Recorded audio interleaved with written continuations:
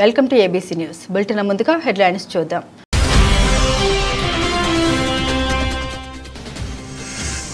ఎర్రకాల్వ కోవాడ తాడిపూడి కాల్వల వరద ముంపు నివారణ చర్యలు. పంట నష్టపోయిన ప్రతి రైతును ఆదుకుని వారికి అండగా ఉంటాం. ఎంపీ దగ్గుబాటి పురంధేశ్వరి.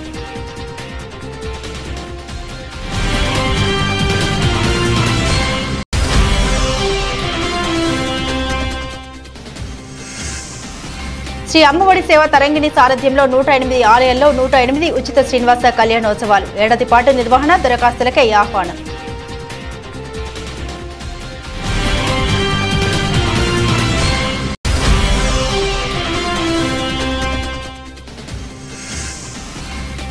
కృష్ణమాదిగ పడ్డ కష్టానికి దక్కిన ఫలితం ఇది. ఎన్డీఏ కూటమి నేతలకు ధన్యవాదాలు. వర్గీకరణపై సుప్రీం తీర్పుపై కండవిల్లి లక్ష్మీ హర్షం.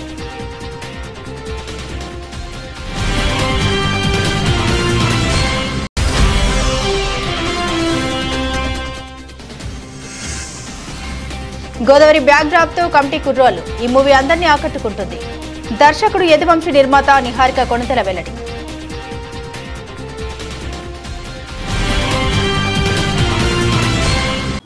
ఇక వివరాల్లోకి వెళ్తే ఎర్రకాల్వ కోవాడ తాడిపూడి కాల్వల వరద ఉధృతికి ముంపు బారిన పడిన పంట పొలాల రక్షణకు, ముంపు సమస్య శాశ్వత పరిష్కారం చేసే దిశగా ఎన్డీఏ కూటమి ప్రభుత్వం చర్యలు చేపట్టి రైతులకు అండగా నిలుస్తోందని రాజమండ్రి పార్లమెంట్ సభ్యులు దగ్గుబాటి పురంధేశ్వరి పేర్కొన్నారు. శనివారం స్థానిక శాసనసభ్యులు మద్దిపాటి వెంకటరాజుతో కలిసి ఇటీవల కురిసిన భారీ వర్షాల కారణంగా ఎర్రకాల్వ వరద ఉధృతితో ముంపుకు గురైన గోపాలపురం మండలం గౌరీపట్నం వెంకటాయపాలెం గ్రామంలోని నీట మునిగిన పంట పొలాల్ని స్థానిక నాయకులు, వ్యవసాయ శాఖ అధికారులతో కలిసి ఎంపీ పురంధేశ్వరి పరిశీలించారు. ఈ సందర్భంగా ఎంపీ పురంధేశ్వరి రైతుల్ని పరామర్శించి ప్రభుత్వం ఎప్పుడూ మీకు అండగా ఉంటుందని హామీ ఇచ్చారు. ప్రభుత్వం నుండి నష్టపరిహారాన్ని అందించే దిశగా కృషి చేస్తామని ధైర్యం ఇవ్వడం ద్వారా రైతులకు భరోసా కల్పించారు.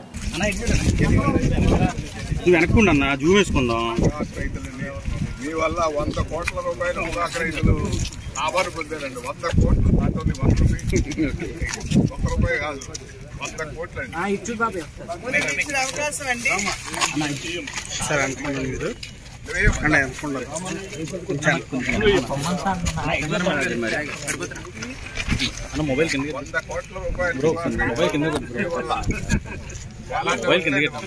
చెప్తుందని చెప్తున్నానండి. ప్లీజ్ ఓకేనండి. ఓకే ఓకే ఓకే అందరూ వెళ్ళిపోతాం, అందరూ పోతాం.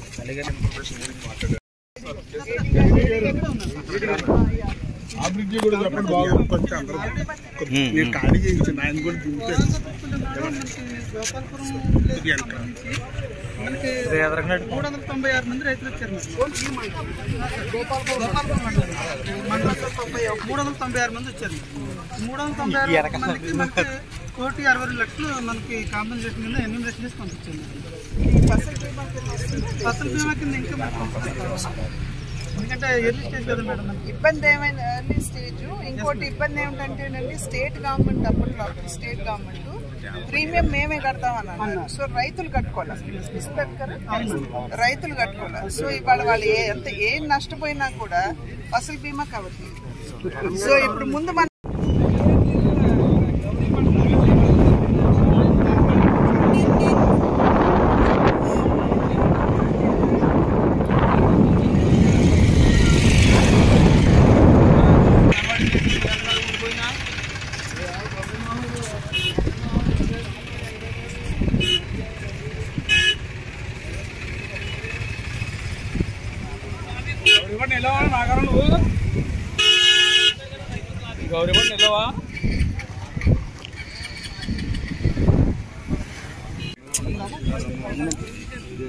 ఊర్లో ఉండేది మండలం గోపాలపురం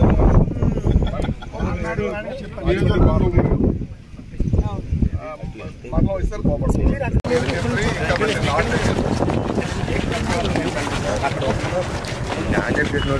ఛానల్ తీయాలి సార్. ఇది ఇంకా మొత్తం ఊడ్చిన ప్లెయిన్ గా కనిపిస్తుంది.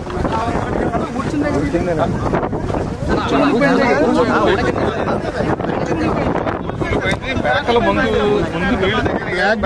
అంతా ఊడ్చింది. ఊర్లో ఉంటాయి.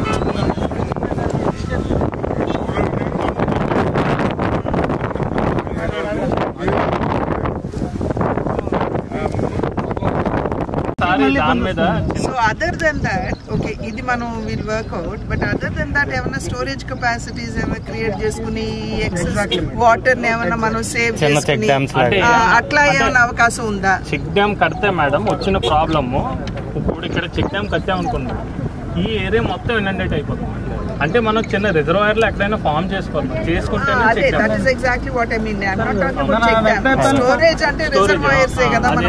అవును మేడం మేడం మనకి వెంకటాయపాలెం ఫార్మర్స్ ఏం చెప్తున్నారంటే సార్ మనకి యాక్చువల్గా మనకి పట్టిసీమ కెనాల్ వెళ్తుంది కదా సార్. ఎందుకు అడుగుతున్నానంటే వెంకటరాజ్ గారు ఒకవేళ రిజర్వాయర్స్ కూడా ఎందుకంటే 3 times a year ఓవర్ఫ్లో అవుతానంటే వాటర్ వేస్ట్ పోతుంది కదా. Can we think of that also అనేది మీరు ఒకసారి ఇంజనీర్స్ వాళ్ళని ఇన్వాల్వ్ చేసినప్పుడు ఈ సర్వే చేసి దాన్ని కూడా మైండ్లో పెట్టుకుని ఖచ్చితంగా జరగాలని కాదు నేను అనేది దట్ ఈస్ సొల్యూషన్ అని నేను అనట్లేదు but can we do that అనేది ఒక్కసారి దృష్టిలో పెట్టుకుని నాకు ఫస్ట్ అండ్ ఫార్మోస్ట్ ఎర్ర కాలువది మటుకు నాకు ఇమీడియట్లీ కావాలి. ఫస్ట్ ఎర్ర కాలువది is not as thing is కోవాడు కాబట్టి నాకు ఎర్ర కాలువది మటుకు దానికి సొల్యూషన్ నాకు వెంటనే ఇస్తే అది ఫాలో అప్ చేస్తే ఇది వర్కౌట్ చేయాలి. గోపాల్పూర్ మండలం 396 మంది వచ్చారు మేడం. 396 మందికి మనకి 1,62,00,000 మనకి కాంపెన్సేషన్ కింద ఎన్యూమరేషన్ చేసి పంపించారు.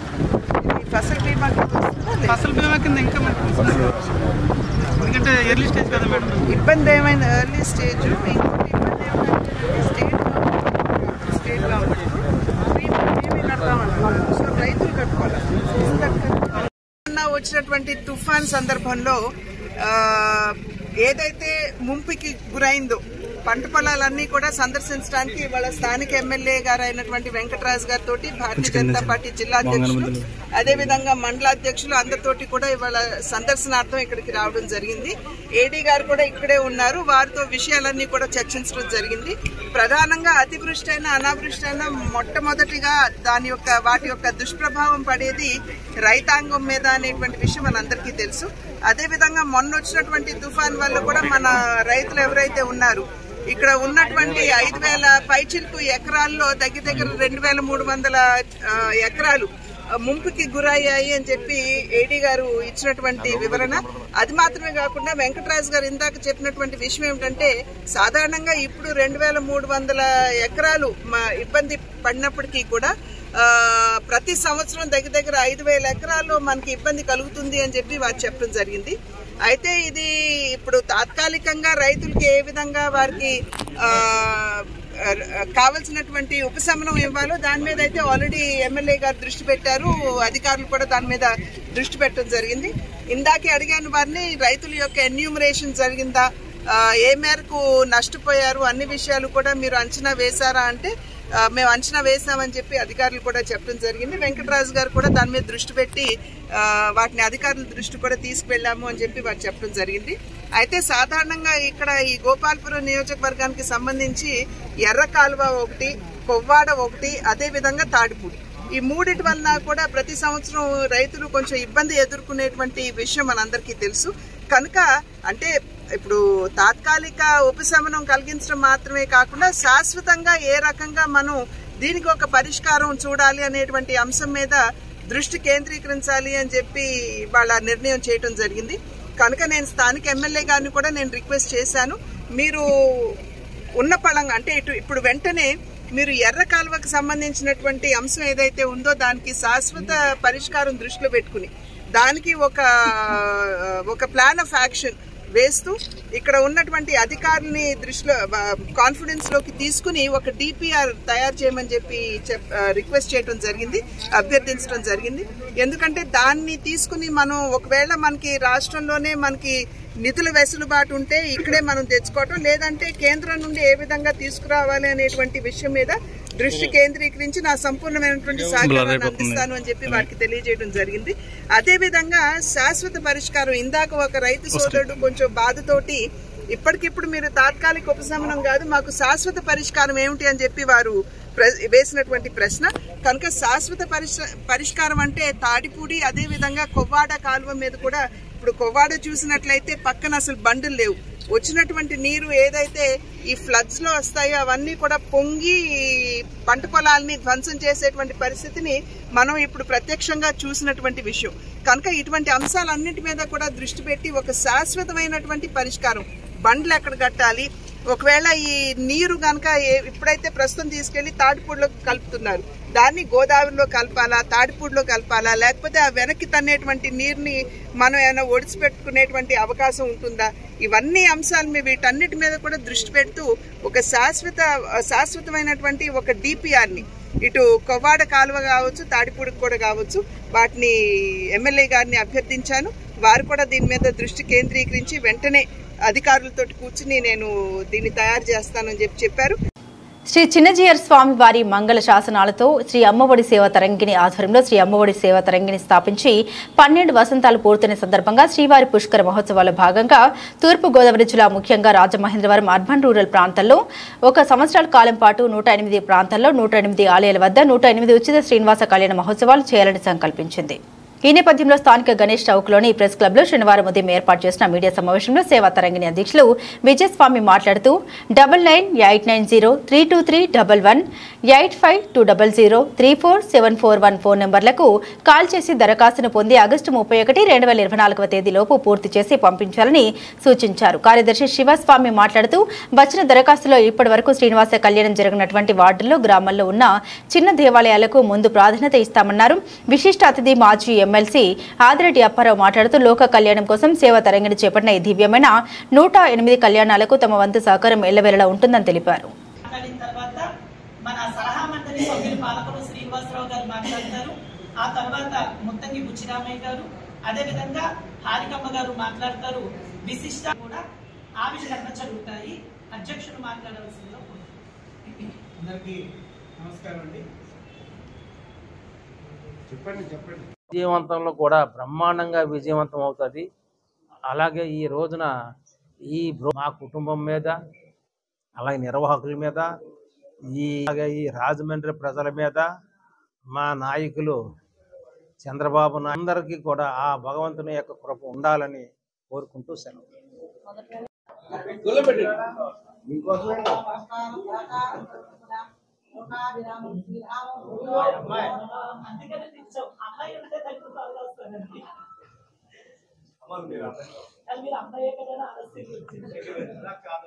స్వామి శ్రీనివాస కళ్యాణాలు చెయ్యాలన్నటువంటి సంకల్పంతో ఈ కార్యక్రమం మేము ముందు ఉన్నాం. ఈ కార్యక్రమానికి విశిష్ట అతిథిగా పెద్దగా మనకి విచ్చేసినటువంటి శ్రీమాన్ ఆదిరెడ్డి అప్పారావు గారు, మన మాజీ ఎమ్మెల్సీ గారు, ఈ యొక్క గోడపత్రిక ఆవిష్కరణ చేయవలసిందిగా అభ్యర్థన చేస్తున్నారు.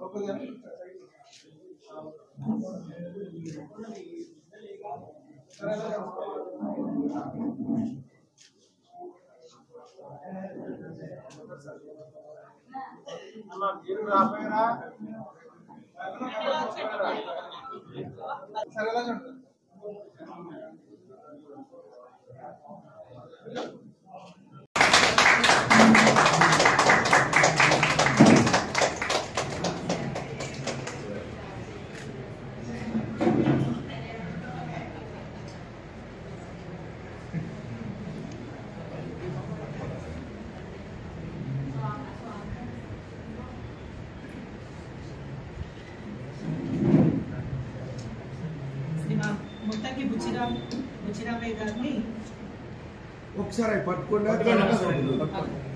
ఒకసారి చూడండి.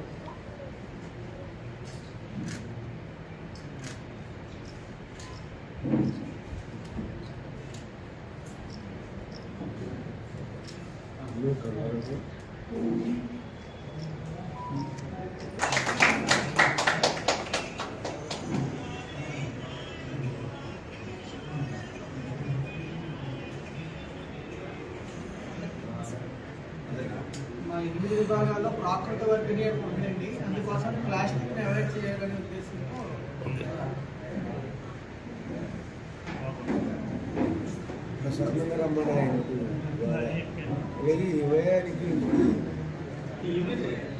ప్రసాద్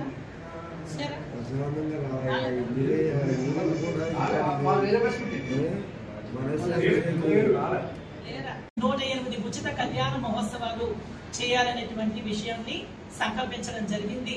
ఈ యొక్క దివ్యమైన సంకల్పంలో భాగంగా ఈ యొక్క 108 కళ్యాణ మహోత్సవాలు నిర్వహించడానికి నిర్వహణ సమితి అని, పర్యవేక్షణ సమితి అని, స్వాగత సమితి అని, అదేవిధంగా ధార్మిక సమితి అని సలహా మండలిని ఏర్పాటు చేశాం. అందులో భాగంగా పర్యవేక్షణ సమితి అధ్యక్షుడు శ్రీమాన్ ముత్తంగి బుచ్చిరామయ్య గారు విచ్చేశారు. అదేవిధంగా సలహా మండలి యొక్క అధ్యక్షుడు శ్రీమాన్ పాలకొల్లు శ్రీనివాసరావు గారు విచ్చేశారు. అదేవిధంగా స్వాగత సమితి అధ్యక్షుడిగా శ్రీమతి హారికమ్మ గారు కూడా విచ్చేశారు. అదేవిధంగా నిర్వహణ సమితి అధ్యక్షుడిగా శ్రీమాన్ గండేపూడి సురేష్ గారు విచ్చేసి ఉన్నారు. సభను ముందుగా అధ్యక్షుడు శ్రీ విజయస్వామి వారికి అప్పగిస్తున్నాము. ఆ తదుపరి ఉపాధ్యక్షుడు వెంకటరమణ గారు కూడా మాట్లాడిన తర్వాత ఈ ఇద్దరు అన్నదమ్ములు కూడా నా దగ్గరకు వచ్చి అమ్మఒడి సేవా తరంగిణి ద్వారా 12 సంవత్సరాలుగా చేసిన కార్యక్రమాల కోసం వివరించి చెప్పినప్పుడు నేను చాలా ఆనందపడ్డాను, పొరికించిపోయాను. ఎందుకంటే వారు ఇరువురు కూడా 2 కాలేజెస్కి ప్రొఫెసర్స్గా పనిచేస్తూ ఎంతో మంది విద్యార్థులకి విద్య నేర్పిస్తూ సొంత పక్కన ఏదైతే విద్యార్థులకి తీర్చిదిద్దుతూ సమాజానికి సేవ చేస్తున్నారు. నేను నిజంగా వాళ్ళని అభినందించాలి. అలాగే నాకు ఒక కాన్సెప్ట్ చెప్పారు. ఎందుకంటే ఈ రోజున వివాహ వ్యవస్థ దేశంలో ఎలా ఉంది, అందరూ కూడా పిల్లలు వారి జీవితాల్ని తీర్చిదిద్దుకునే సమయాన వివాహ వ్యవస్థకి పెద్ద ప్రాధాన్యత ఇవ్వడం తగ్గుతూ వస్తుంది. దీన్ని ప్రజల్లోకి తీసుకువెళ్ళి కళ్యాణం ఒక గొప్పతనాన్ని, వివాహం ఒక గొప్పతనాన్ని, అలాగే హిందూ ధర్మాన్ని ప్రజల్లోకి తీసుకెళ్లాలనే ఉద్దేశంతో వీరు చేపట్టిన కార్యక్రమం గుండు గెండుకు గోవిందుడు, గుడుసు గుడుసుకు గోవిందుడు అనేది నిజంగా ఆ మాట గుండు గుండుకి గోవిందుడు, గుడుసు గుడుసుకి గోవిందుడు అనే మాట నాకు మనసుకి చాలా హత్తుకుంది. వాళ్ళు అడగగానే ఏమంటే నేను ఇలాంటి కార్యక్రమాలు చేస్తాను, నాకు సొంతంగా చేస్తాను, కానీ ఎప్పుడు బయటకు వచ్చి ఇలా ప్రత్యేక ఆహ్వానితులుగా నేను ఉండలేదు అంటే, లేదమ్మా మీరు ఉండాలి, ఇక్కడ 108 కళ్యాణాల్లో కూడా మీరు పాల్పంచుకోవాలి, ఎంతవరకు వీలవుతే అంతవరకు అన్నారు. ఖచ్చితంగా ఈ 108 సంవత్సరాల కిందట 12 సంవత్సరాల కిందట పుష్కర కాలం పూర్తి అవుతున్నది. ఈ సందర్భంగా ఈ 12 సంవత్సరాల్లో కూడా మనం మన అమ్మఒడి యొక్క లోగోని కనుక మనం గమనిస్తాం 8 దళాలు ఉంటాయి. ఆ విధంగా 8 విభాగాల్లో మేము సేవా కార్యక్రమాలు అందిస్తున్నాం. ప్రజలు ఉదాహరణైనటువంటి పెద్దల యొక్క సహాయ సహకారాలతో శ్రీ అమ్మఒడి సేవా తరంగిణి అనేటువంటి ఈ యొక్క సంస్థ ద్వారా అనేకమైనటువంటి ధార్మిక పరిరక్షణ కార్యక్రమాలు, అదేవిధంగా సామాజిక సేవా కార్యక్రమాలు, అంటే సమాజంలో 3 రకాలైనటువంటి కోణాలన్నీ ధార్మికము, ఆధ్యాత్మికము, సామాజికము, ఈ 3 కోణాల్లో కూడా అభివృద్ధి జరగాలి అనేటువంటి ఉద్దేశంతో ఏర్పాటు చేసినటువంటి ఈ సంస్థ.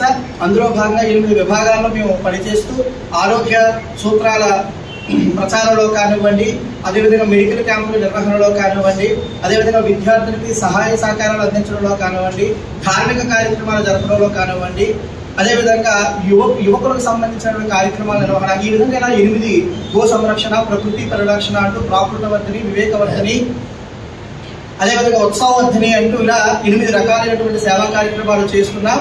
సుమారుగా 940 పైచిలుకు కళ్యాణాలు ఇప్పటి వరకు మనం చేశాం. స్వామివారికి అమ్మఒడి సేవా తరంగిణి ఆధ్వర్యంలో ఒక ఉత్సవమూర్తులు కూడా ఉంటారు. వారిని ముందు పెట్టుకుని ఆధ్యాత్మికమైనటువంటి సేవా కార్యక్రమాలు అనేకం ముందుకు వెళుతూ ఉంటాయి. అందులో ప్రధానంగా 2015లో ఒక రథాన్ని, అంటే ఒక బొలేరో వెహికల్ రథంగా మార్చి డిజైన్ చేసి దాని ద్వారా మనం గడిచిన 30 సంవత్సరాలుగా మందకృష్ణ మాదిగ పడిన కష్టానికి తగిన ఫలితం దక్కిందని రాజనగరం టీడీపీ ఎస్ఎస్ఎల్ ప్రధాన కార్యదర్శి హ్యూమన్ రైట్స్ స్టేట్ మహిళా అధ్యక్షురాలు కండవెల్లి లక్ష్మి అన్నారు. వర్గీకరణకు అనుకూలంగా సుప్రీంకోర్టు ధర్మాసనం ఇచ్చిన తీర్పు నేపథ్యంలో ఆమె మాట్లాడారు. కృష్ణ మాదిగ పోరాటం మరవలేనిదన్నారు. ప్రధాని నరేంద్ర మోదీ, సీఎం చంద్రబాబు, ఉప ముఖ్యమంత్రి పవన్ కళ్యాణ్లకు ధన్యవాదాలు తెలిపారు. 2021లో సుప్రీంకోర్టులో కన్నీళ్లు పెట్టుకుని చాలా వేదనతో మందకృష్ణ మాదిగ చాలా వేదనతో బయటకు వచ్చారని ఆమె గుర్తు చేసుకున్నారు. ఇప్పుడు సుప్రీంకోర్టు తీర్పుకి ఆనంద బాష్పాలతో ఆనందం వ్యక్తం చేస్తూ కనిపించడం తమకు ఎంతో సంతోషంగా ఉందన్నారు. సుప్రీంకోర్టు తీర్పుని అందరూ గౌరవించాలని ఆమె తెలిపారు. కానీ కొంతమంది తట్టుకోలేక ఏదేదో మాట్లాడుతూ ఉన్నారని ఆమె పేర్కొంటూ దయచేసి వారందరూ కూడా తీర్పుని శిరసావహించి సహకరించాలని విజ్ఞప్తి చేశారు. ఇది రాజకీయ నాయకులు ఇచ్చిన తీర్పు కాదని, కోర్టు ఇచ్చిన తీర్పుని గ్రహించి తీర్పుకి అందరూ కట్టుబడి ఉండాలని కండవెల్లి లక్ష్మి కోరారు. అందరికీ నమస్కారం అండి. నా పేరు కండవెల్లి లక్ష్మి. మాది రాజానగరం నియోజకవర్గం దేవంచెరు గ్రామం నుండి మీడియా మిత్రుల ద్వారా మీ ముందుకు వస్తున్నాను. నిన్న ఏబీసీ వర్గీకరణ సుప్రీంకోర్టు ఇచ్చిన తీర్పుకి కట్టుబడి అన్న కృష్ణ మాదిగ గారికి అభినందనలు తెలియజేయడానికి మీ ముందుకు వచ్చానండి. అన్న కృష్ణ మాదిగ గారికి ముందర పాదాభివందనం చెల్లిస్తున్నాను. అన్న, నువ్వు కష్టపడ్డ కష్టానికి ప్రతిఫలం ఈరోజు ఫలించింది. సుప్రీంకోర్టు ఏ మాట అయితే ధర్మశాస్త్రం తీర్పిచ్చిందో దానికి కట్టుబడి ప్రతి ఒక్కరూ కూడా శిరస వహించాలి. అలాగే ఈ ఏబీసీ వర్గీకరణకు సపోర్ట్గా నిలిచిన టీడీపీ, జనసేన, బీజేపీ ఉమ్మడి కూటమికి కూడా ప్రత్యేకమైన ధన్యవాదాలు తెలియజేస్తున్నాను. గౌరవనీయులు మోదీ గారు, ఆంధ్రప్రదేశ్ ముఖ్యమంత్రి వర్యులు నారా చంద్రబాబు నాయుడు గారు, ఉప ముఖ్యమంత్రి గారు పవన్ కళ్యాణ్ గారు ప్రత్యేకమైన ధన్యవాదాలు తెలియచేసుకుంటున్నానండి. ఈరోజు ఏబీసీ వర్గీకరణ నిజంగా కృష్ణ మాదిగ అన్న గారి కృషి ఫలితం. 2021లో సుప్రీంకోర్టులో కన్నీరు పెట్టుకొని బయటకు వచ్చారండి అన్న. చాలా వేదనతో బయటకు వచ్చారు. 2024లో ఆనంద బాష్పాలతో, సంతోషంతో ప్రజల ముందుకు వచ్చి ఈరోజు ఏబీసీ వర్గీకరణ సుప్రీంకోర్టు ఇచ్చిన తీర్పుకి ఎంతో ఆనందం వ్యక్తం పరిచారండి ఆయన. మేము కూడా ఆనందం వ్యక్తం చేస్తున్నాం. ఈరోజు సుప్రీంకోర్టు ఇచ్చిన తీర్పును ప్రతి ఒక్కరూ కట్టుబడి మనం మాట గౌరవించాలండి. కానీ కొంతమంది అది చూసి తట్టుకోలేక ఏదేదో అంటున్నారు. దయచేసి వారందరికీ కూడా మనవి చేసుకునేది ఏంటంటే, చట్టాన్ని మన చేతుల్లోకి తీసుకోకూడదండి. సుప్రీంకోర్టు నుంచి వచ్చిన తీర్పును ప్రతి ఒక్కరు శిరస వహించి కట్టుబడాలి. ఎందుకంటే మనం రాజకీయ నాయకులుగా ఏదైనా చెప్పేటప్పుడు మనం విమర్శలు చేస్తూ ఉంటాం, అది ఇలాగా ఇది ఇలా. కానీ అలాంటిది కాదండి. ఇది ధర్మశాస్త్రం ఇచ్చిన తీర్పుకి, రాజ్యాంగం తీర్పు ప్రతి ఒక్కరూ కూడా కట్టుబడి ఉండాలని మనం చేసుకుంటున్నాను. అలాగే మా ఎంఆర్పిఎస్ అన్న కృష్ణ మాదిగ గారికి నిజంగా ఉద్యమ నమస్కారాలు కూడా నేను తెలియచేసుకుంటున్నాను. ఈ కృషి వెనక ఎంతోమంది అమరవీరుల త్యాగం కూడా ఉన్నదండి. వారందరికీ కూడా నేను జోహార్లు తెలియచేసుకుంటున్నాను.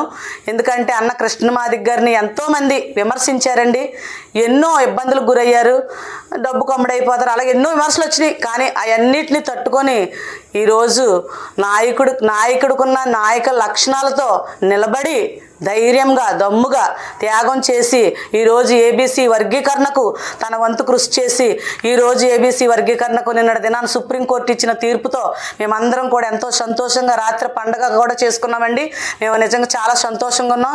ఇదన్నీ అలా మాదిగ, రెల్లి, అలాంటి ఏమొద్దండి. అందరం ఐక్యత కలిగి సమన్వయంతో మనం వెళ్దాము. అన్న కృష్ణ మాదిగ గారికి ప్రత్యేకమైన ధన్యవాదాలు తెలియజేస్తున్నాను. అలాగే దీనికి సపోర్ట్ చేసిన, ఏబీసీ వర్గీకరణకు సపోర్ట్ చేసిన ప్రతి ఒక్కరికి పేరు పేరున ధన్యవాదాలు తెలియజేసుకుంటున్నాను. నారా చంద్రబాబు నాయుడు గారికి, పవన్ కళ్యాణ్ గారికి, మోదీ గారికి ప్రతి ఒక్కరికి కూడా శిరస్సు వంచి పాదాభివందనం చెల్లిస్తున్నానండి. 30 సంవత్సరాల సుదీర్ఘ పోరాటంలో ఎంతోమంది అమరవీరులు త్యాగం కూడా ఈ ఏబీసీ వర్గీకరణకి కృషి చేశారండి. వారందరికీ నా రాజానగరం నియోజకవర్గం తరపు నుండి, నా గ్రామం తరపు నుండి, ఎస్సీ కమ్యూనిటీ తరపు నుండి నా ఘన నివాళులు అర్పిస్తున్నానండి. అన్ని రాజకీయ పార్టీలు విస్మరించడంతో ఎన్నికల్లో పోటీ చేసేందుకు సీటు రాక రాజకీయ నిరుద్యోగిగా మారిన జీవీ హర్షకుమార్ మాలలను రెచ్చగొట్టి తను రాజకీయంగా లబ్ధి పొందుతామని చూస్తున్నారని మాదిగ రాజకీయ పోరాట సమితి వ్యవస్థాపక అధ్యక్షులు ఆకుమర్తి చిన్న మాదిగ విమర్శించారు. శనివారం రాజమండ్రి ప్రెస్ క్లబ్లో ఏర్పాటు చేసిన విలేకరుల సమావేశంలో ఆయన మాట్లాడుతూ గత 30 సంవత్సరాల కాలంగా ఎస్సీ వర్గీకరణకు పోరాటం సాగిస్తున్న ఎంఆర్పీఎస్ పోరాటం పంజాబ్ సుప్రీంకోర్టులో కేసు వేసిన ఫలితంగా ఎస్సీ వర్గీకరణపై సుప్రీంకోర్టు అనుకూలమైన తీర్పు ఇచ్చిందని అన్నారు. వర్గీకరణకు సహకరించిన ప్రధాని మోదీ, రాష్ట్ర ముఖ్యమంత్రి చంద్రబాబు నాయుడు, ఉప ముఖ్యమంత్రి పవన్ కళ్యాణ్లకు, నారా లోకేష్లకు కృతజ్ఞత తెలిపారు. ఎస్సీ వర్గీకరణ అంశం ఇప్పటిది కాదని అన్నారు. 1965లోనే లాల్ బహదూర్ శాస్త్రి ఆధ్వర్యంలో లోకూర్ కమిషన్ వేశారని తెలిపారు. 1972 నుండి మాదిగలు ఏ ప్రభుత్వం వచ్చినా తమకు జరుగుతున్న అన్యాయం గురించి వినతి పత్రాలు ఇస్తూనే ఉన్నారని అన్నారు. 1994 కంటే ముందుగా కాంగ్రెస్ నాయకులు సదాలక్ష్మి, నంది, ఎల్లయ్య, మంద, జగన్నాథం తదితరులు అనేక బహిరంగ సభలు పెట్టి మాదిగలకు రిజర్వేషన్ ఫలాలు అందడం లేదని ఉద్యమం చేశారని గుర్తు చేశారు. 1994లో మందకృష్ణ మాదిగ ఆధ్వర్యంలో మాదిగ రిజర్వేషన్ పోరాట సమితి ఉద్యమం చేపట్టిందని తెలిపారు.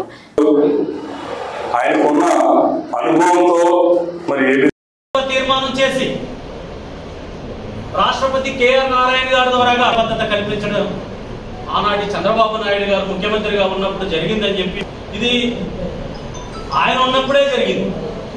ఆయన ఎంపీగా ఉన్నప్పుడే 2014 వరకు ఆయన అమలాపురం పార్లమెంట్ గా ఉన్నాడు. 10 సంవత్సరాలు పార్లమెంటు సభ్యుడిగా ఉన్నప్పుడు ఎక్కడైనా ఇండిపెండెంట్ గా పోటీ చేస్తే, కనిగా పోటీ చేస్తే ఆయన పోటీ చేస్తే ఓట్లు ఎన్ని ఓట్లు వచ్చినాయో తెలిసిందే. నిన్ను మాలలు నమ్మలేదు, నిన్ను మాలలు అక్కడ 2,50,000 నుంచి 3.5 లక్షల వరకు ఉన్నాయి. మాలలందరినీ వంచి నీ సొంత ప్రయోజనాల కోసం టికెట్ తెచ్చుకున్నావు కదా, మరి ఏ రోజైనా మానవ ప్రయోజనాల కోసం పనిచేసావా? నేను సూటిగా ప్రశ్నిస్తా ఉన్నాను.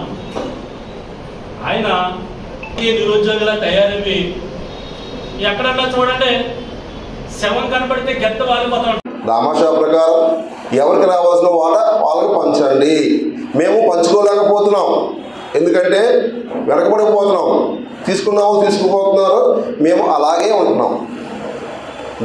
దానికోసమే తప్ప వేరే వాళ్ళని మేము ఇబ్బంది పెట్టాలి, వాళ్ళ చిన్నచూపు చూడాలి, వాళ్ళకన్నా మేము పెద్ద ఎదుర్కోవడం కాదు.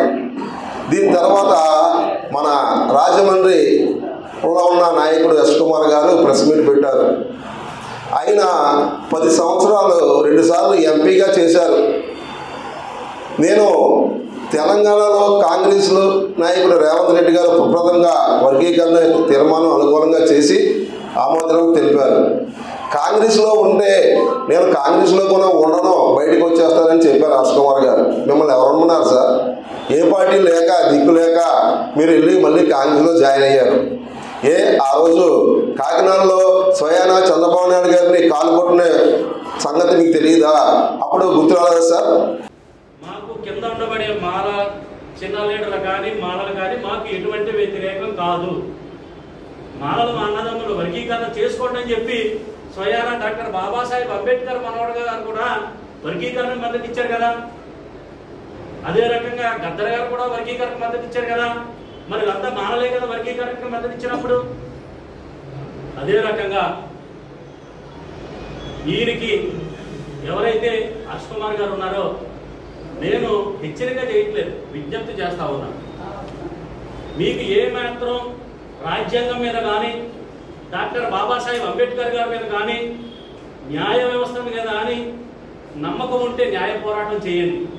సుప్రీంకోర్టుకి వెళ్ళి ఆ రోజు వర్గీకరణ చెల్లదని చెప్పి మానమహనుడే కదా సుప్రీంకోర్టుకి వెళ్ళి వర్గీకరణ కొట్టించింది. మరి మేము చేయాల్సిన న్యాయ పోరాటమే కదా. ఒక పక్క మందకృష్ణ మాదిగ గారు, అనేక సంఘాలు, అనేక మంది రాజకీయ పార్టీలో ఉండబడే మాదిగ మేధావులు, అనేక మంది బయట నుంచి వచ్చినటువంటి మాదిగ మేధావులు, వీళ్ళందరూ కూడా ఎవరి పోరాటం వాళ్ళు చేశారు. ఆ పోరాటం ఫలితమే ఈ రోజు సుప్రీంకోర్టు ద్వారా వచ్చింది. మరి ఈ తీర్పు అనేది ఈ రోజు వచ్చింది కాదు. 2020లోనే రాష్ట్రాలు వర్గీకరణ చేసుకోవచ్చని చెప్పి అరుణ్ మిశ్రా జడ్జిమెంట్ వచ్చింది కదా. అరుణ్ మిశ్రా జడ్జిమెంట్ అనుకూలంగానే మరి పంజాబ్ 2010లోనే సుప్రీంకోర్టుకి వెళ్ళింది కదా. పంజాబ్ వెస్ట్ సుప్రీంకోర్టుకి వెళ్ళినప్పుడు 2020లో జడ్జిమెంట్ వచ్చింది కదా. ఆ జడ్జిమెంట్ ప్రకారం మాకు అధికారం సరిపోవట్లేదు, మేము 3 మాత్రమే ఉన్నాము, 5 లేదా 7 ధర్మాసనానికి మీరు వెళ్ళండి, వెళితే వాళ్ళు నిర్ణయం తీసుకోవచ్చు అని చెప్పేసి మరి ఏదైతే విస్తృత ధర్మాసనం ఏదైతే 7 జడ్జీలు ఉన్నారో సుప్రీంకోర్టు జడ్జీలు, మరి చంద్రచూడ్ జడ్జి గారి అధ్యక్షతన ఏదైతే జడ్జిమెంట్ జరిగిందో 7 కూర్చుంటే 7లో ఒకరు మాత్రమే వ్యతిరేకించారు. మెజారిటీ జడ్జిలు మరి తీర్మానం చేసి ఇచ్చారు కదా. నువ్వు చదువుకున్నావు కదా, నువ్వేమి చిన్నపిల్లడు కాదు కదా. మాట్లాడితే చంద్రబాబు నాయుడు కుట్రదారుడు, బీజేపీ కుట్రదారుడు, మందకృష్ణ మాదిగని పావుగా వాడుకున్నారు. మందకృష్ణ మాదిగ గారి కంటే కొంచెం ముందు పుట్టిందండి. 1965లోనే లోకూర్ కమిషన్ ఏర్పాటు చేసి మరి మాలలు ఎక్కువ తీసుకుంటున్నారు, మాదిగలకు అన్యాయం జరుగుతుందని రిపోర్టులు చెప్తున్నాయి కదా. రామచంద్ర కమిషన్ రిపోర్ట్ చెప్తుంది కదా, ఉషాగహ కమిషన్ రిపోర్ట్ చెప్తుంది కదా. ఈ స్వార్థపరమైన ఆలోచనలకి మాలను బలి చేస్తావా హర్ష్ కుమార్? నువ్వంటే ఒక రకమైన అభిమానం, గౌరవం ఉండేది. నువ్వు మీటింగ్ పెడితే డబ్బులు ఇచ్చి తెచ్చుకుంటేనే కానీ నీకు జనం రాని పరిస్థితి. నిన్నగాక మనం వ్యాన్యూర్లో పెట్టావు కదా, ఆ వ్యాన్యూర్లో పెట్టిన దానికి నువ్వు డబ్బులు ఖర్చు పెడతాను కానీ నీకు ఎవరైనా నీకు మీటింగ్కి వచ్చారా? నేను నమ్మారా మాల? నిన్ను ఏదో ఒక రకంగా కుట్రలు లేపి ఏదో రకమైన మాలను రెచ్చగొట్టి పబ్బం గడుపుకోనే ఆలోచన తప్ప హర్ష్ కుమార్ గారికి మరొకటి లేదు.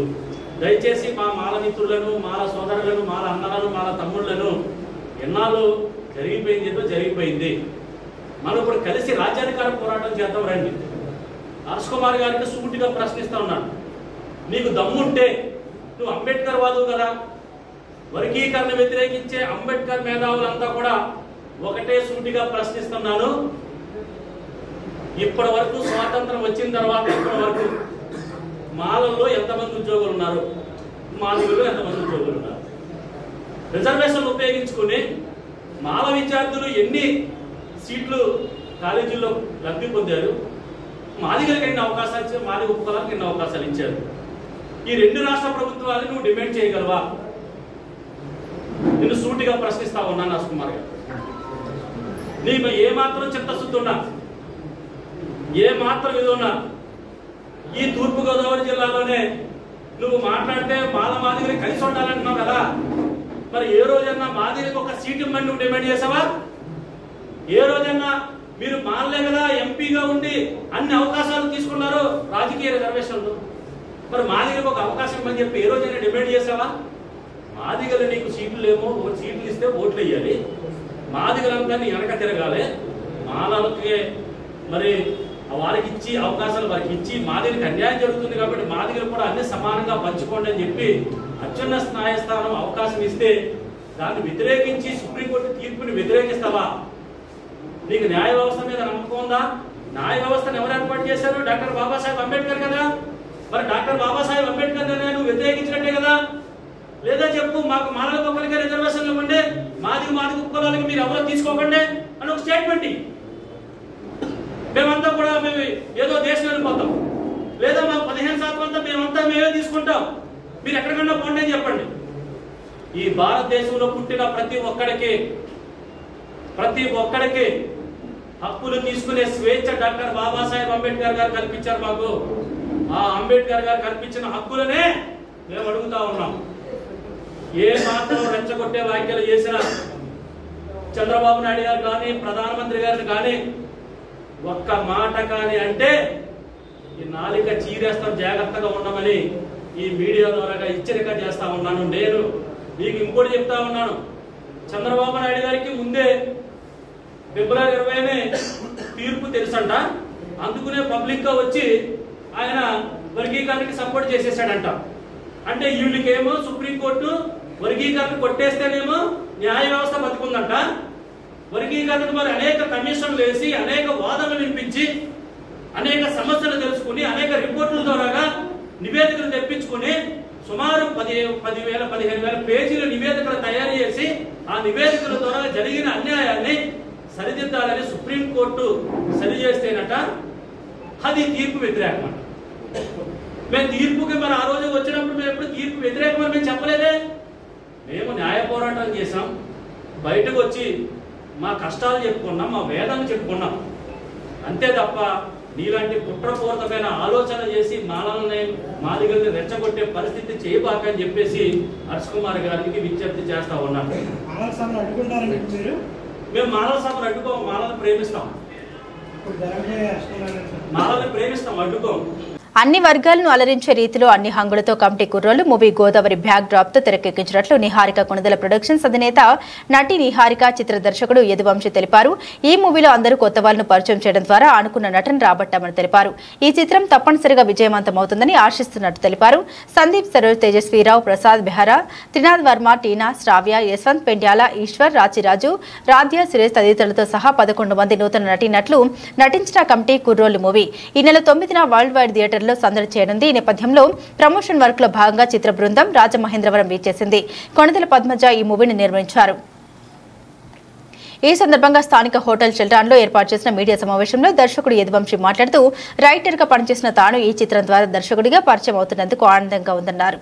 ఎస్ఆర్టీ స్టూడియోస్ అనే సంస్థ ద్వారా నేను డెబ్యూటెంట్గా పరిచయం అవుతున్నాను.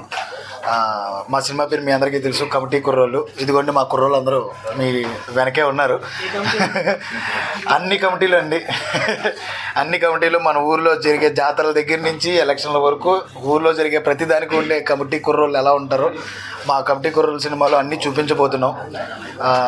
ఈ జర్నీలో మా మా కుర్రోళ్ళందరినీ కూడా రాజమండ్రి ప్రజలు, గోదావరి ప్రజలు అందరూ కూడా ఆశీర్వదిస్తారని ఆశిస్తూ ఇదిగో హైదరాబాద్ నుంచి ఇక్కడ వరకు వచ్చామన్నమాట.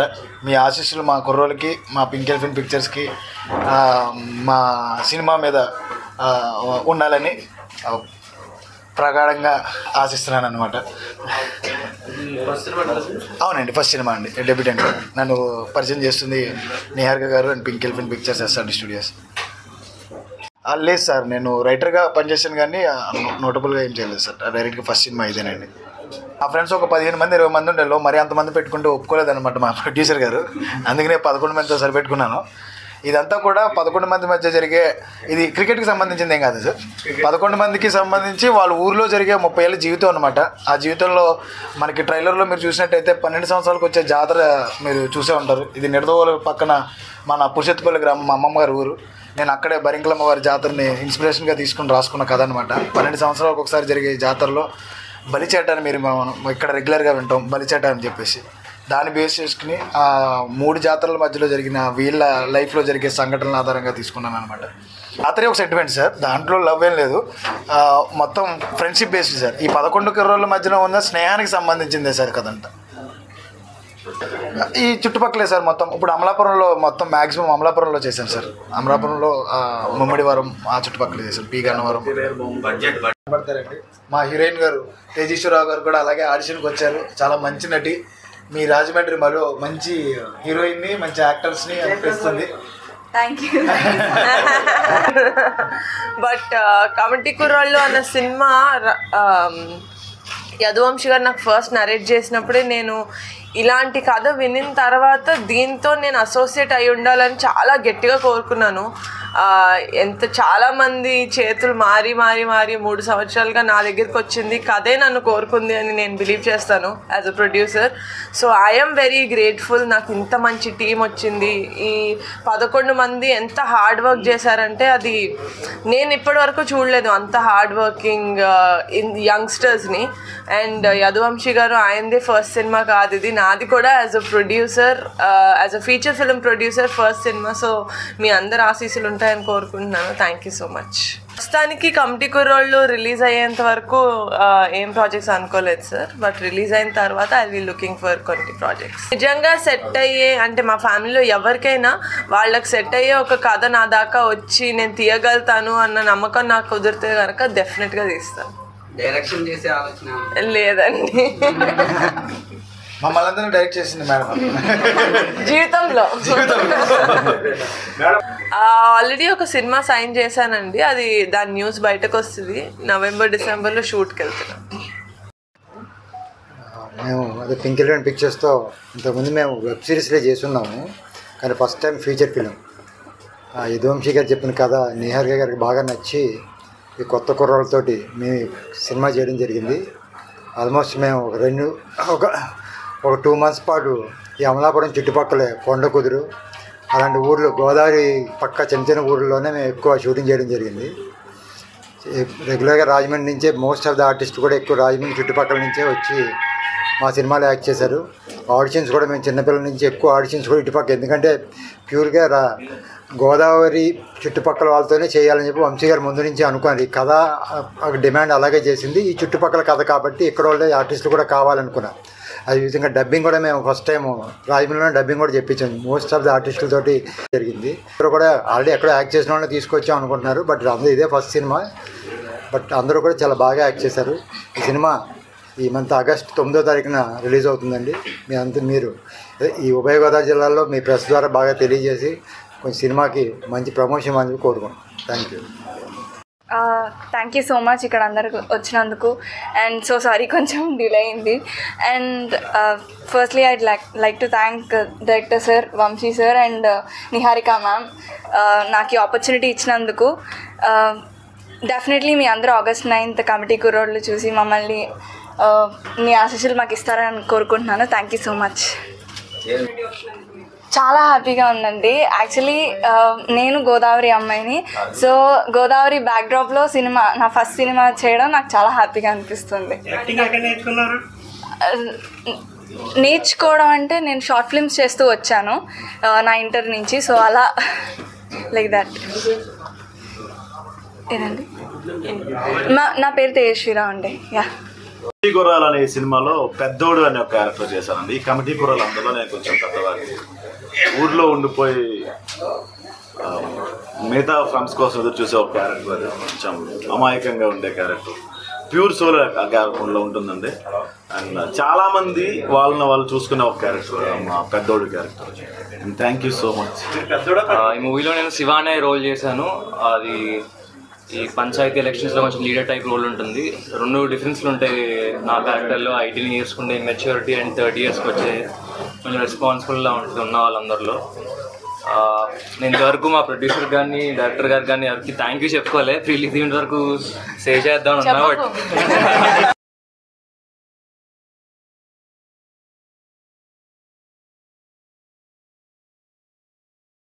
స్థానిక ఎంపీడీఓ కార్యాలయంలో ఆల్కో సంస్థ సహకారంతో జగ్గంపేట శాసనసభ్యులు జ్యోతుల నెహ్రూ ఆధ్వర్యంలో దివ్యాంగుల ఉపకరణాల గుర్తింపు శిబిరం జిల్లా దివ్యాంగుల వయోవృద్ధుల సహకార సంస్థ సహాయ సంచాలకులు పాటంశెట్టి నారాయణమూర్తి పర్యవేక్షణలో జగ్గంపేట శాసనసభ్యులు జ్యోతుల నెహ్రూ చేతుల మీదుగా ప్రారంభించారు.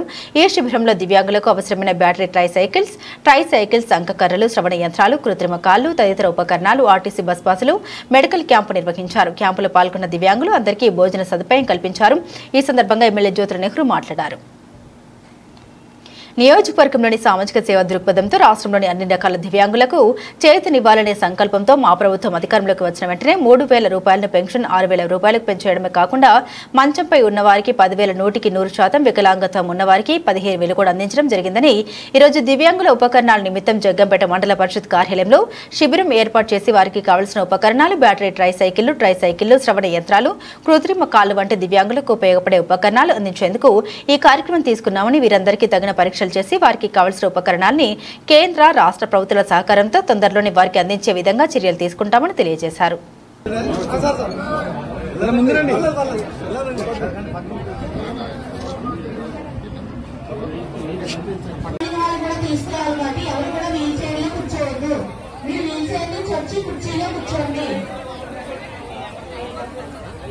మీ వీల్ చైర్లు మీ పని అయిపోగానే వీల్ చైర్ ఖాళీ చేసి వెనక్కి పంపించాలి. మిగతా వాళ్ళు కూడా తీసుకురావాలి కాబట్టి అలా వీల్ చైర్ లో కూర్చోడానికి వీల్లేదండి. మీ వీల్ చైర్ ఖాళీ అయిపోయిన తర్వాత వెంటనే ఆ వీల్ చైర్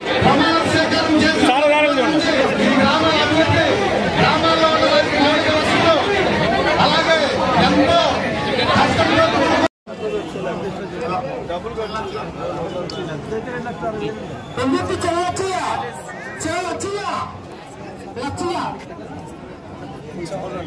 అంటే మరీ ఇంపార్టెంట్ అని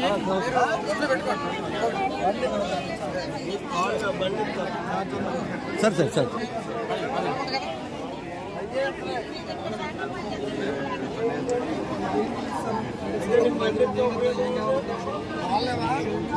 కదా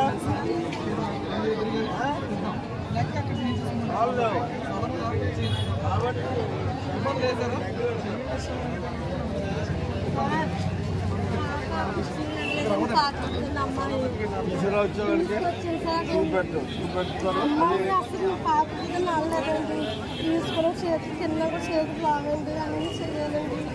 దానికి ఏం కావాలి తల్లి? అమ్మాయి పండ పెట్టి కావాలండి. వాళ్ళు కూడా నిలబడాలి.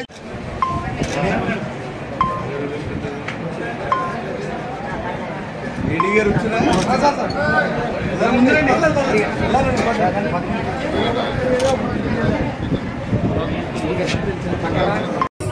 కూర్చోండి.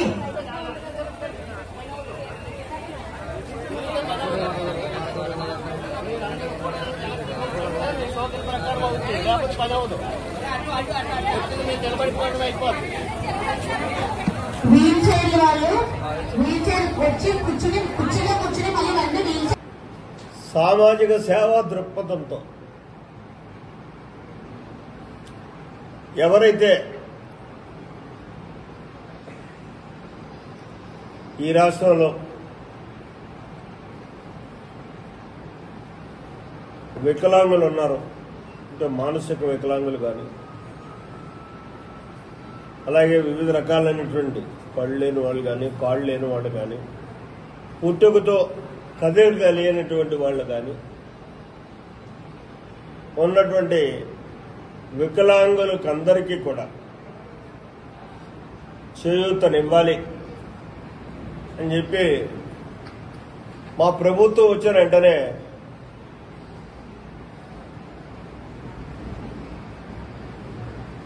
₹3,000 ఉన్నటువంటి గతంలోనే చంద్రబాబు నాయుడు గారి ప్రభుత్వంలోనే 3,000 చేశారు వికలాంగులకి. ఆ 3,000 ఉన్నటువంటి దాన్ని 6,000 చేస్తూ 6,000 కాకుండా బెడ్ రీడ్ పేషెంట్స్ కానీ, బెడ్ రీడ్ వికలాంగులు కానీ ఎవరుంటే వాళ్ళకి ₹10,000 చేయడం జరిగింది. ఇంకా బాగా డిజర్వింగ్ ఉండి అన్ని రకాలుగాని కూడా కదలలేనటువంటి పరిస్థితుల్లో ఉన్నటువంటి వాళ్ళందరికీ కూడా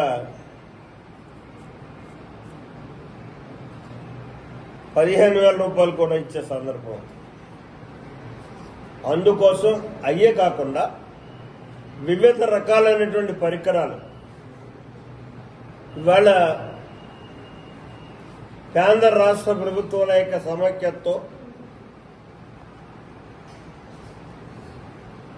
మన జగ్గంపేటలో వికలాంగుల ఎవరికి ఏ అవసరం ఉంది అన్న దాన్ని ఐడెంటిఫై చేయడానికి తొందరలోనే కాళ్ళు లేని వాళ్ళకి కాళ్ళు ఏర్పాటు చేసేలాగా,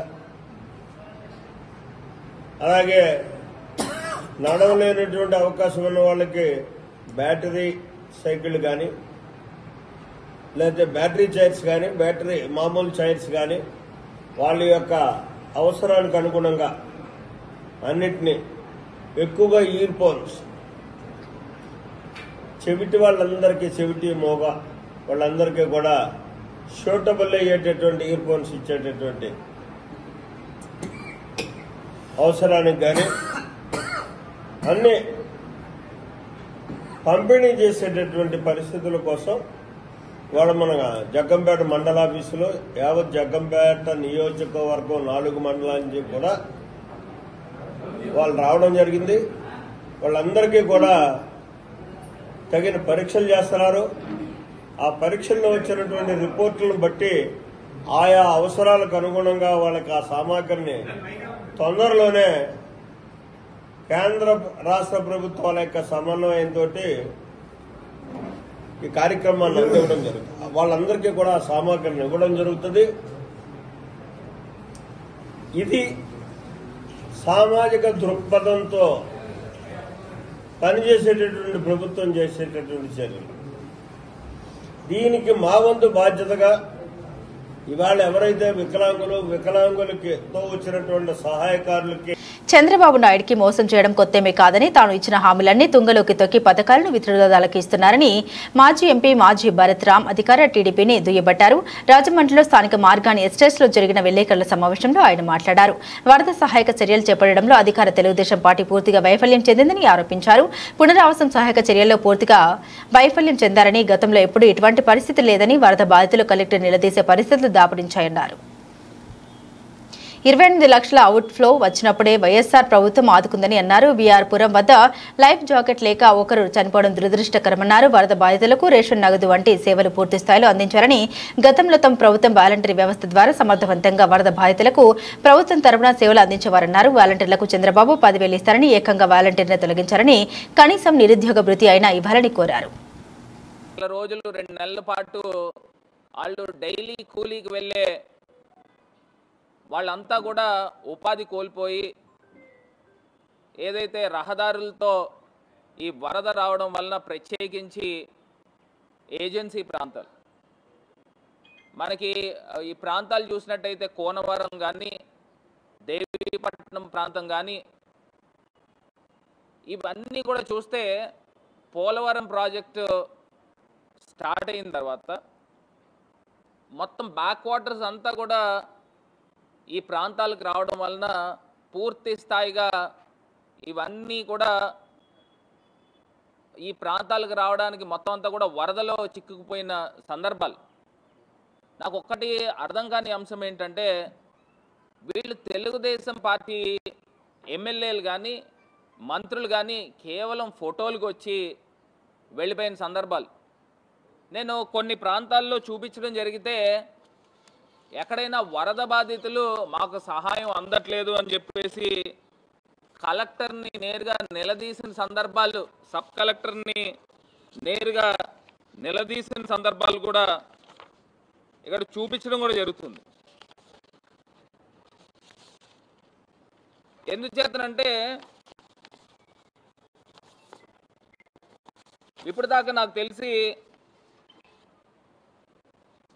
గత ప్రభుత్వాల్లో ఈ రకమైన సందర్భాలు ఇప్పుడు దాకా జరగల. నిజంగా ఒకటి వాస్తవం. ఎందుకంటే ఈ వరదలు వచ్చినప్పుడు ఏదైతే కాళేశ్వరం దగ్గర నుంచి ఇలా పోలవరం మీదుగా వరదలు వచ్చినప్పుడు ఏజెన్సీ ప్రాంతాల దగ్గర నుంచి వచ్చే ఈ సబరి వాటర్ కూడా ఎక్కువ రావడం వలన, ఈ పోలవరం ప్రాజెక్ట్ కట్టడం వలన గతంలో సబరి వాటర్ అంతా కూడా గోదావరిలోకి వచ్చేసేది. 3వ ప్రమాదిక హెచ్చరిక వచ్చేదాకా కూడా అక్కడ ఏ రకమైన ఇబ్బందులు ఉండేది కాదు, ఏదో అడపదడప ఉన్నప్పటికీ కూడా. కానీ ఇవాళ ఫస్ట్ వార్నింగ్ వచ్చినప్పుడే, ఇక్కడ ధవళేశ్వరం దగ్గర ఫస్ట్ వార్నింగ్ వచ్చినప్పుడే మొత్తం ఆ ప్రాంతానికి కొన్ని గ్రామాలకి రాకపోకలు పూర్తిగా కట్ అయిపోయిన పరిస్థితులు. అసలు ఏ రకంగా సహాయక చర్యలు చేస్తున్నారో నిజంగా మాకు ఆశ్చర్యం అనిపిస్తుంది. ఒకటి అదృష్టం ఏంటంటే, నిన్న ధవళేశ్వరం దగ్గర మొదటి ప్రమాదక హెచ్చరికను కూడా వారు తీసేయడం జరిగింది. మరి దీని తర్వాత వచ్చే పరిణామాలు ఏ రకంగా ఉంటాయి, అంటువ్యాధులు ఏ రకంగా ప్రబలంగా జరుగుతాయి, మరి ఇవన్నట్ల గురించి కూడా ప్రభుత్వం తక్షణమే కలెక్టర్లని, అధికారులని ఆదేశించి శానిటేషన్కి సంబంధించి కానీ, ఎక్కడైతే కొన్ని ప్రాంతాలకి రాకపోకలు కట్ అయినాయో ఇవన్నట్లపైన కూడా దృష్టి సారించాల్సిన అవసరం ఉందని కూడా ఈ సందర్భంగా తెలియపరుస్తున్నాను. మరి నాకు ఒకటి అర్థం కానిది ఏంటంటే, ప్రతి సోమవారం పోలవరం అన్న చంద్రబాబు నాయుడు గారు మరి సహాయక చర్యలు ఏ రకంగా జరుగుతూ ఉన్నాయి, వరదల్లో చిక్కుకున్న బాధితులు ఏ రకంగా ఉన్నారు అని ఇప్పుడు దాకా చాపర్ పైన, హెలికాప్టర్ పైన సర్వే చేసిన సందర్భాలు కనబడాల. మరి ఒక్కసారి రాష్ట్ర ప్రజలందరూ కూడా గమనించండి. ఇప్పుడు అక్కడ పోలవరం దగ్గర జనరల్గా జరిగే వర్కులుకే ఈయన సోమవారం పోలవరం అని వెళ్తూ ఉన్నాడు. మరి ఇక్కడ ఇంత ఘటనలు జరుగుతూ ఉన్నాయి. మరి జరుగుతున్నప్పుడు ఈయన ఏ రకంగా ప్రజల్ని మరి ఆదుకునే ప్రయత్నం చేశారు, ఒక్కసారి ఆలోచన చేయాల్సిందిగా మరి కోరుతా ఉన్నా. తక్షణమే ఇప్పుడు రాజమండ్రి దగ్గరికి వచ్చినట్టయితే ఏదైతే బ్రిడ్జి లంక దగ్గర కొంతమంది కుటుంబాలు ఉన్నాయి, వాళ్ళు మామూలుగానే జనరల్గానే బయటకు వచ్చేస్తారు. వీళ్ళు ఏదో తీసుకుని వచ్చి ఏదో ఫోటోకో లేకపోతే మీడియాకో చిన్న షో చేసే కార్యక్రమం చేస్తున్నారు. ఇవన్నీ కూడా తక్షణమే మరి ప్రభుత్వం చర్యలు తీసుకోవాలని మరి ఈ సందర్భంగా మరి కోరుతా ఉన్నాము. మరి అదే రకంగా వరదలు అనేసరికి రెండోసారి కూడా మరి వరదలు వచ్చే సందర్భాలు కూడా ఉంటాయి. ఎందుకంటే ఇప్పుడు మొన్న రీసెంట్గా చూసినట్టయితే మ్యాక్సిమం అవుట్. బులెటిన్ ముగించే ముందు హెడ్లైన్స్ మరోసారి.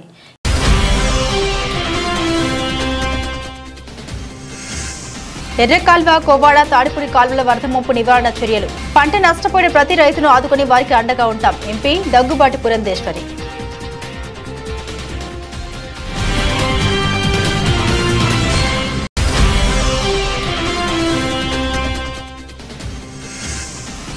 శ్రీ అమ్మఒడి సేవ తరంగిణి సారథ్యంలో 108 ఆలయాల్లో 108 ఉచిత శ్రీనివాస కళ్యాణోత్సవాలు. ఏడాది పాటు నిర్వహణ, దరఖాస్తులకై ఆహ్వానం.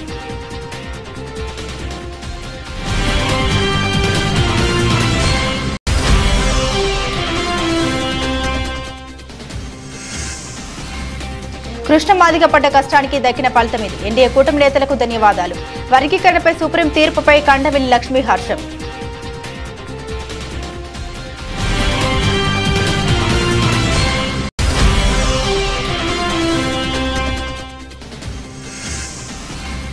గోదావరి బ్యాక్ డ్రాప్ తో కమిటీ కుర్రోలు. ఈ మూవీ అందరినీ ఆకట్టుకుంటుంది.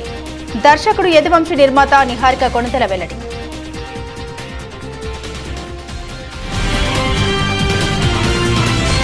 ఇవి బులెటిన్లోని విశేషాలు. తిరిగి మరో బులెటిన్తో మళ్ళీ కలుసుకుందాం. అంతవరకు సెలవు.